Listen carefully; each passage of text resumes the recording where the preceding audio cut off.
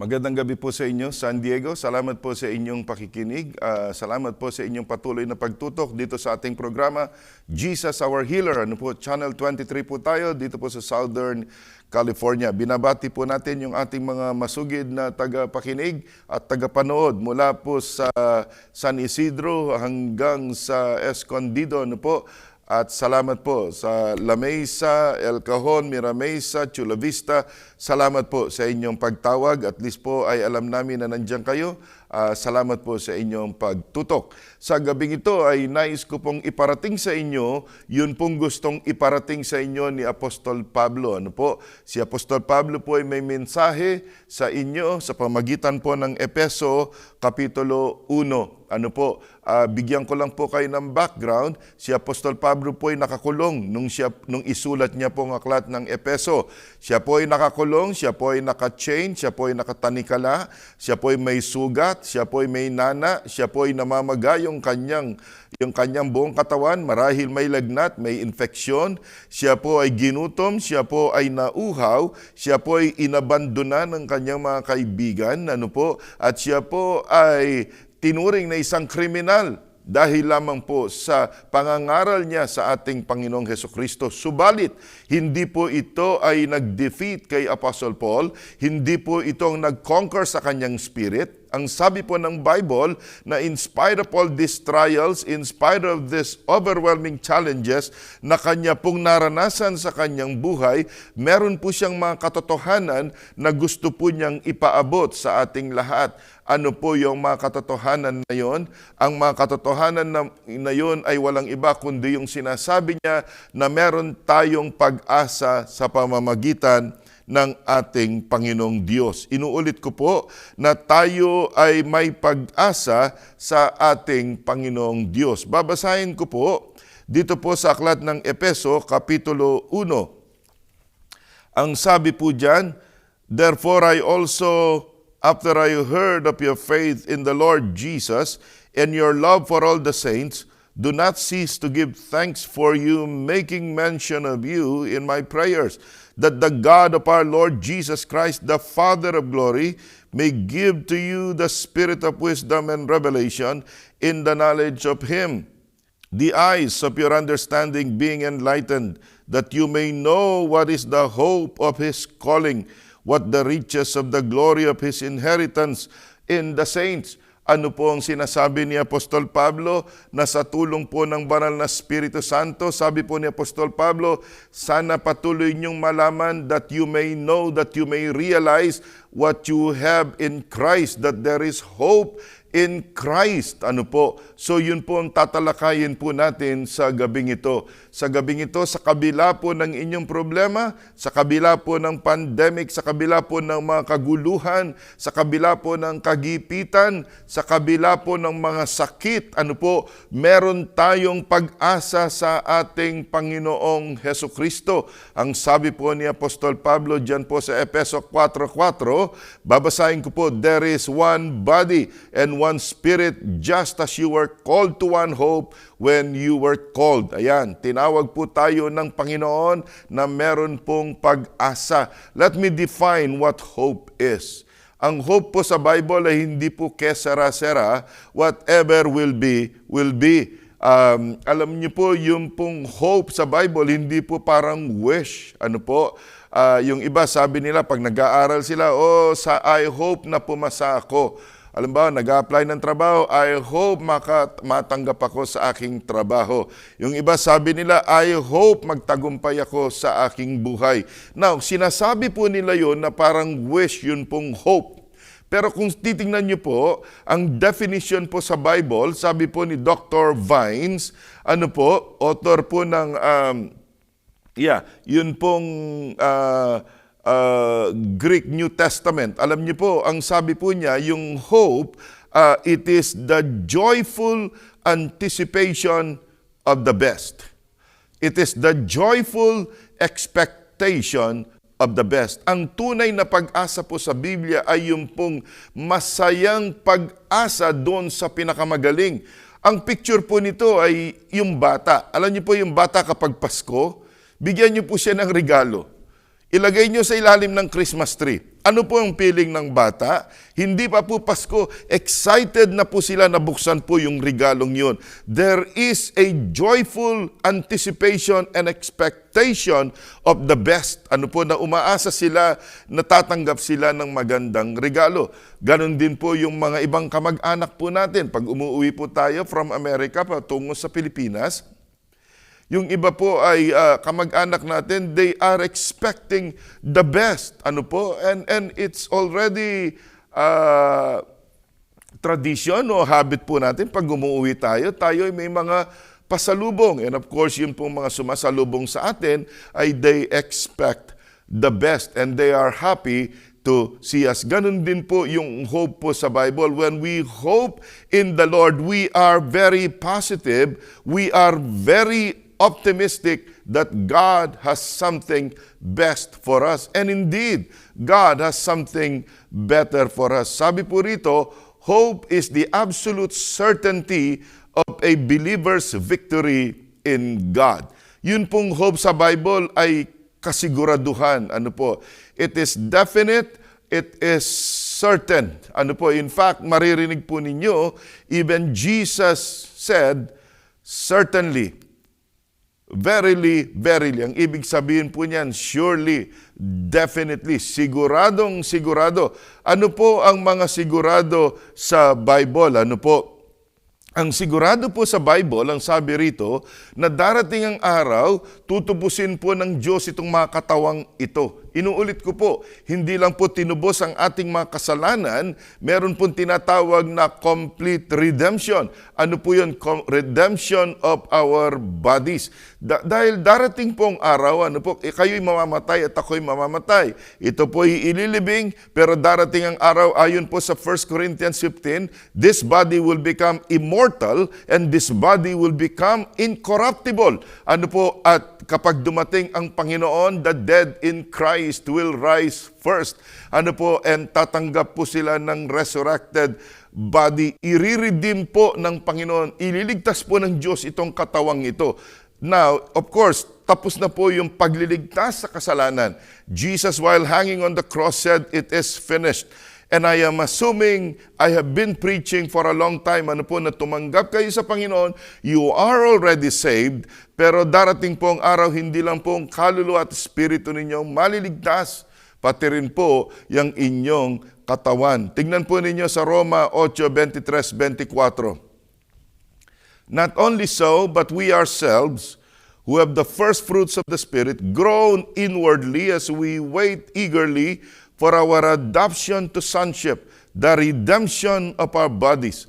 For in this hope we were saved, but we hope that is sin is no hope at all.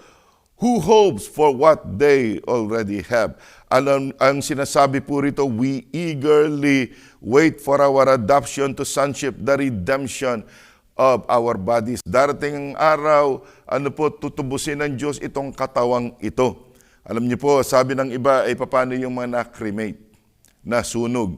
Tinapon na yung dust nila dyan sa tubig. O itinanim na lang po sila. At na-grafted sa isang halaman o sa isang puno yung kanilang dust. Paano mangyayari yung brother? Paano yung makinain ng pating? Valid po, no? Ang sabi po ng Bible, nothing is impossible with God. Pag dumating po siya, He can put all those dust together, ano po, to form an immortal, incorruptible, and perfect body. Yun po ang pag-asa natin. Sabi ni Apostle Paul, don't worry. Yes, merong pandemic, ayaw nating mamatay. Pero kung sakali man po, meron kayong mga loved ones na nawala dahil po dito, huwag kayong mag-alala. Bubuhayin po sila muli ng Panginoon. Let me say that with respect. Alam ko po hindi madali yung mawalan ng mahal sa buhay. Ano po? Nawalan po kami ng isa dahil po dyan sa pandemic na yan. Pero our hope is on the redemption of our bodies through the Lord Jesus Christ. Sabi po ni Apostle Paul, remember this, tandaan po natin yun. Ano po? Meron pong hope, pag-asa sa ating mga patay.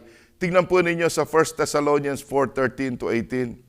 Sabi ni Apostle Paul kasi po sa Thessalonians, nagtatanong, ano ang mangyayari sa mga patay? Meron po kayong mga namatay na asawa, anak, kamag-anak? Ano po ang kanilang future? Magandang tanong. Ano po? May kapatid po ako namatay noong 1972. Ano po ang future niya? Namatay yung nanay ko, 2017. Namatay yung tatay ko, 2018. Namatay yung pamangkin ko, 2019. Meron po akong mga mahal sa buhay na namatay, may mga mahal kayo sa buhay na namatay. Ano ang kanilang future?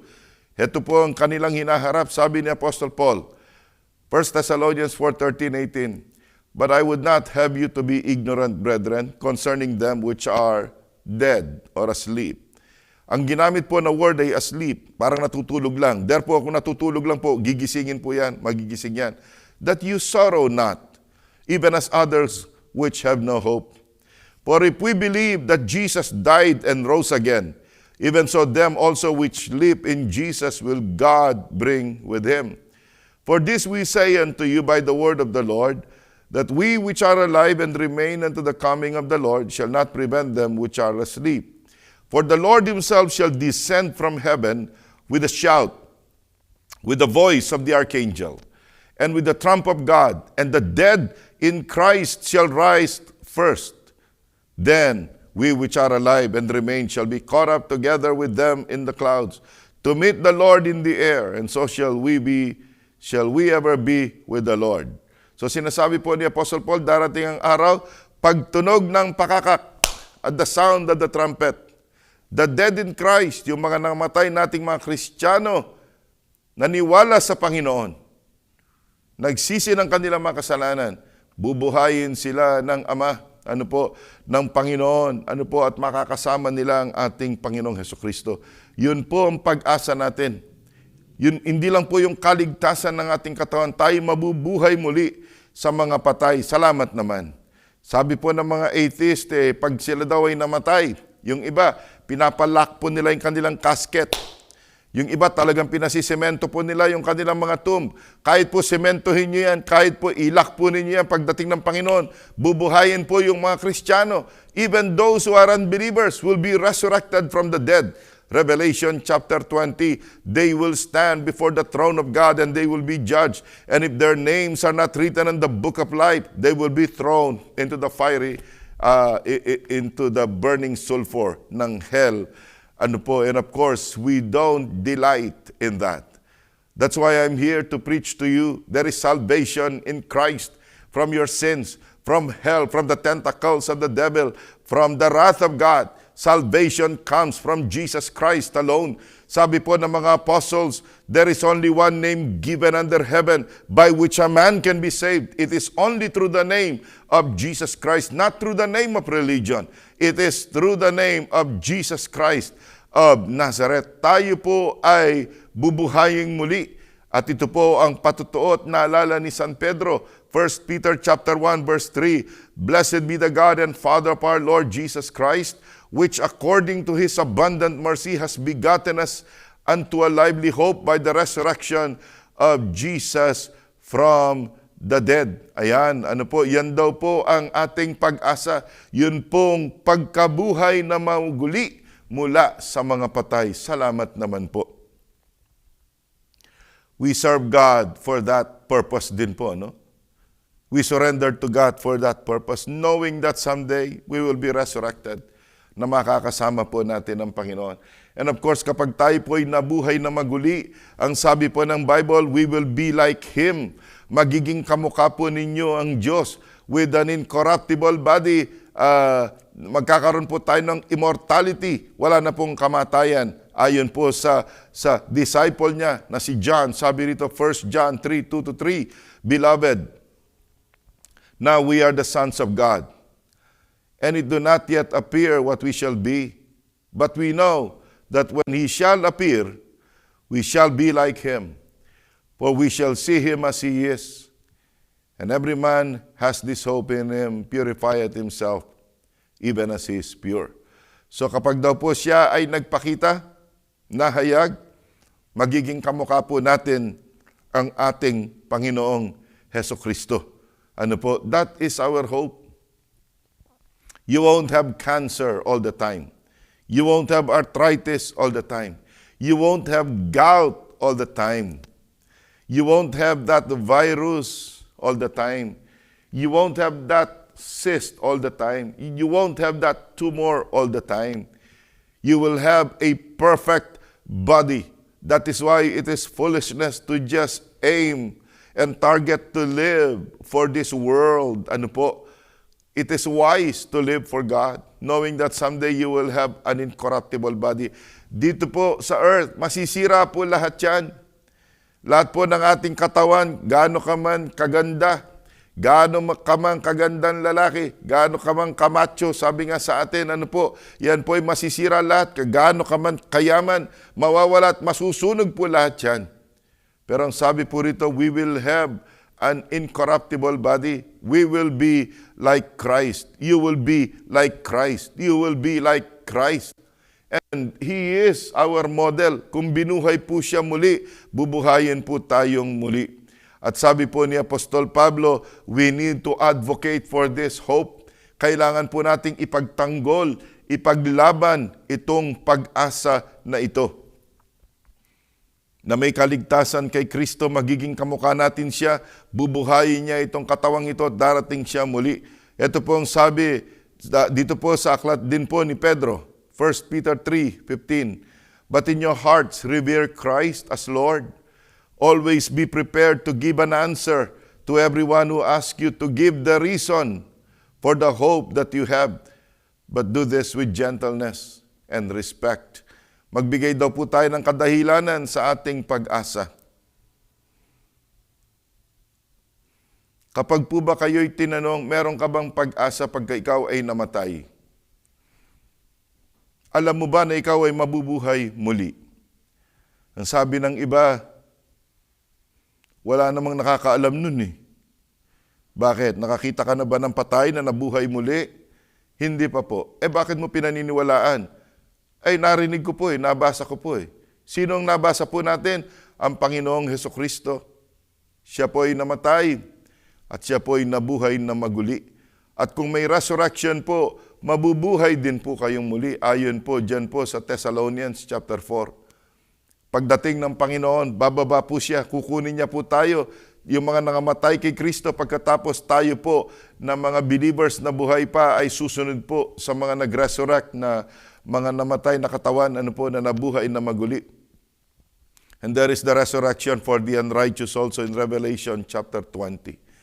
Nakita po ni John, thousands of souls, thousands of people were resurrected from the dead, and if their names were not written in the book of life, they were thrown into the burning sulfur called hell.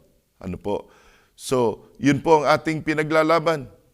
Kaya po ako naririto, ipinapangaral ang salita sa inyo.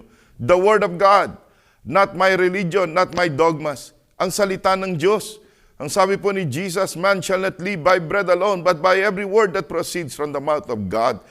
Every preacher who claims that he is a messenger of God must preach the Word of God. Hindi po yung ating mga idealism, hindi po yung ating mga dogmas, hindi lang po yung ating mga katuruan marahil ng kanya-kanya po nating organisasyon, but we must preach the full gospel of God.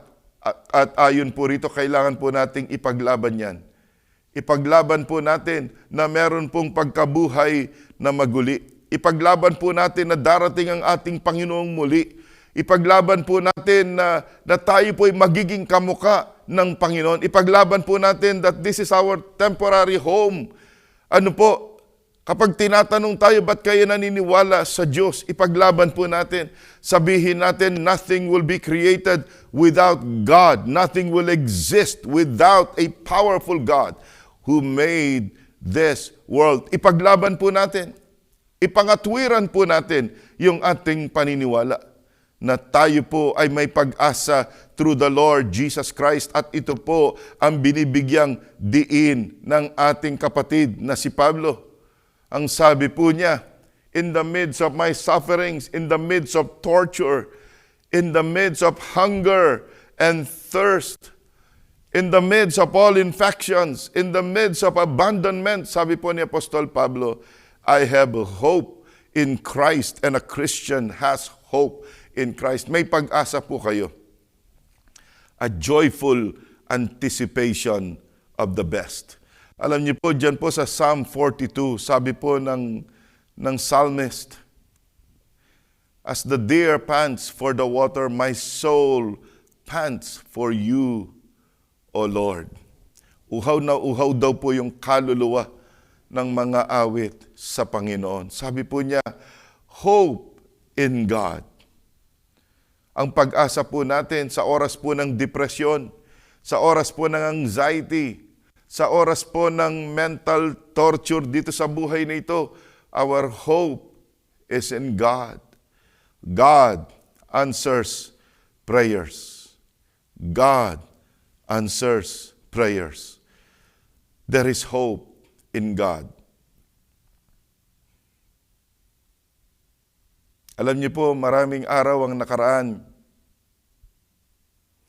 Mga 10 araw pong nakaraan, ako po ay nakatanggap ng tawag sa aking kapatid na babae. Iisang kapatid ko po na babae. Sabi po niya, Kuya, panalangin mo ko. Nanginginig ang aking katawan. Nilalagnat ako. Nangihina ako. Wala akong panlasa. Inuubo ako. Lahat po ng sintomas ng tao na may COVID nasa kanya po. Now, I admit it was not easy to hear that. Hindi po madali dahil sa akin, last month pa lang po naglibing po kami ng isang kamag-anak din na nahawa po ng COVID. And of course, she transitioned into the presence of God. Alam ko po na merong resurrection from the dead. We will go to heaven. But of course, I would hate to see my sister depart from this earth. We prayed. We believed God can heal. Kanina po, kausap ko yung aking kapatid after many days. Naglalakad na po siya, masaya na po siya, nagkukwento na po siya, nakabawi na po siya. Ano po? God heard my prayers. God heard our prayers. Don't get me wrong. Sabihin ng iba, Pastor, kami naman, hindi ba kami dininig ng Panginoon? Hindi ko po alam kung anong nasa isip ng Diyos. One thing I do know, the bottom line again, sa ating pong mga Kristiyano, death is only transition into the presence of God. Kahit ano pong mangyari sa atin. Pero ganun pa man, kahit na merong mga nangangamatay na nagta-transition po sa presence ng Diyos, hindi rin po natin pwedeng i-conclude na God does not answer prayers. He answers prayers. Marami pong nagme-message sa akin kahit sa Facebook, pray for my family. Yung iba sabi nila, naka-quarantine ako ngayon. And I prayed. We asked our prayer warriors to pray for them. And I've heard news that God heard prayers. Yung iba po, pamilya, nahawa. Minsan, 4. We prayed. And God heard our prayers. Continue to hope in the Lord. Sabi po ni Paul, in the midst of trials, in the midst of challenges in life, in the midst of your sufferings, don't forget this. We were called to hope in God. Meron po tayong pag-asa sa Panginoon. Knowing that He answers prayers. Knowing that whatever happens to us, our hope is that we will have a glorified body, an immortal body. Knowing that whatever happens to us someday, we will be like Christ. I pray that you have the same hope today, no matter what happens to you. I pray na magkaroon po kayo ng pag-asa rin. And your hope comes from the Lord Jesus Christ. Kayo po ba'y nawawalan ng pag-asa?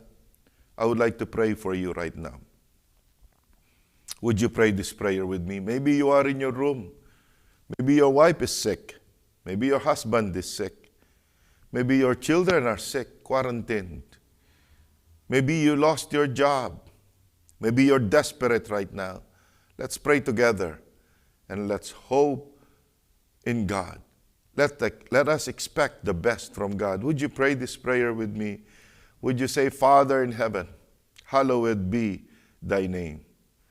Thy kingdom come, thy will be done on earth as it is in heaven. And your will in heaven is to answer the prayers of your people. Therefore, you will also answer the prayers of your people here on earth. Father, I pray for those who are sick.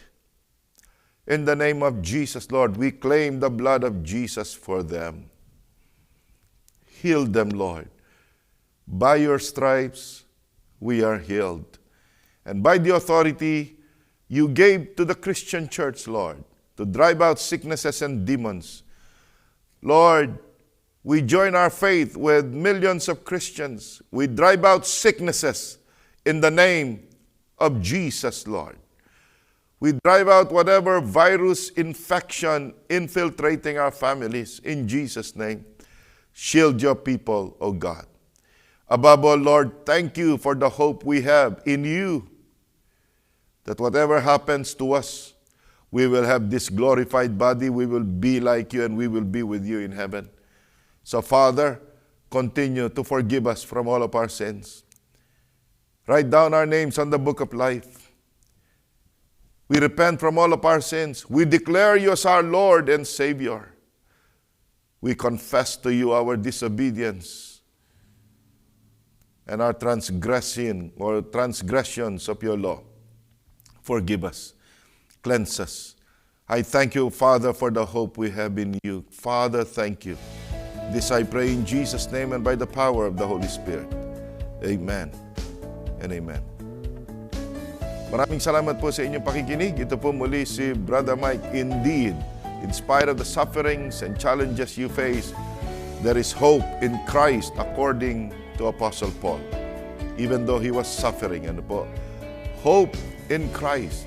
This is Brother Mike from Oasis Christian Fellowship. God bless you all. Thank you.